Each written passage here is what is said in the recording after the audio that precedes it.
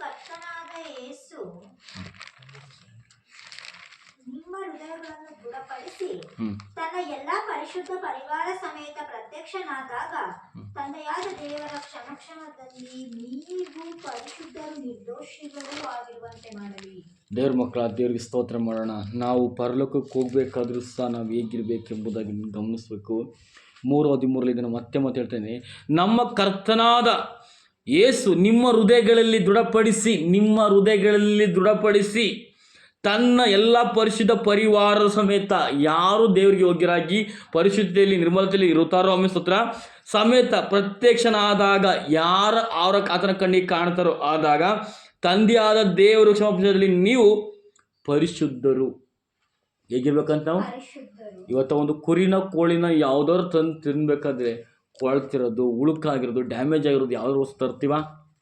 ಇಲ್ಲ. ಮನೆಗೆ ಬಟ್ಟೆಗಳನ್ನಾಗಲಿ ಯಾವುದೇ ಒಂದು ವಸ್ತುಗಳಾಗಲಿ ಶುದ್ಧವಾಗಿರೋದು, ಚೆನ್ನಾಗಿರೋದು, ಫಳಫಳನ ಹೊಳಿತಿರುವಂಥ ತಗೊಳ್ತೀವಿ. ಹಲ್ಲೆಲೂಯಾ.